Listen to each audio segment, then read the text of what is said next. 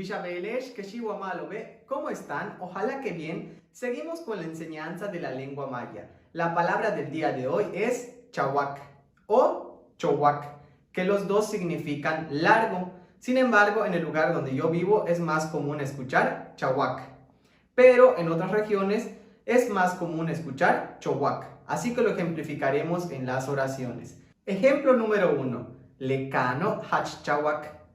Esa culebra está muy larga. Y de la otra forma quedaría lekano hach chowak. Y significaría lo mismo. Una repetición más lenta. Lekano hach chowak. Esa culebra está muy larga. Lekano hach chawak. Ejemplo número 2. Ushikin letulo hach chawak. Sus orejas de ese conejo están muy largas. Ushikin letulo hach chowak sería de la otra manera. Y más lento. Ushikin letulo hach chawak. Ushikin letulo hach chowak. Ejemplo número 3. Todos tenemos a una amiga que tiene el cabello muy largo y lo vamos a aprender a decir.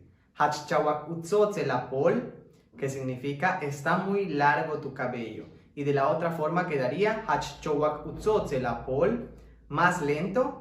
Hach chawak utzotze la pol, hach chowak utzotze la pol, y las escrituras te las iré dejando a lo largo del video. Ejemplo número 4.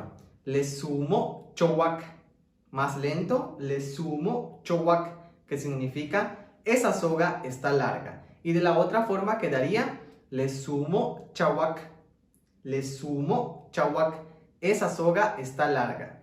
Como les decía, chawak o chowak significa largo de longitud.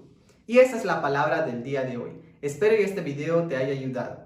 Malo, canantaba. Bueno, cuídate.